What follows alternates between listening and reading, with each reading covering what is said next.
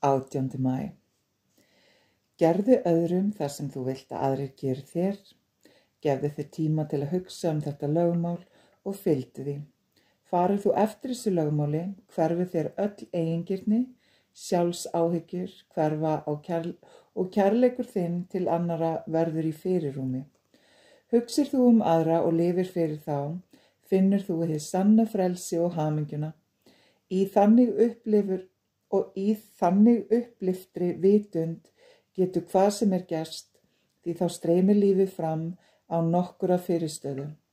Neitaðu að sjá hindranirnar, sjáðu aðeins tækifæri. Þegar þú hefur rangt fyrir þér skaltu lagfæra það og læra af öllum.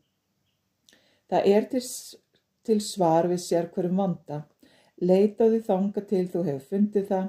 Þú þarft aldrei að leita árangurslaust. Leitar þú vandlega eftir svari, finnur þú það. Örugglega.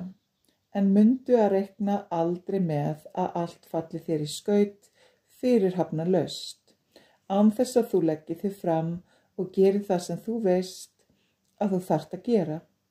Ég hjálpa þeim sem hjálpa sér sjálfir.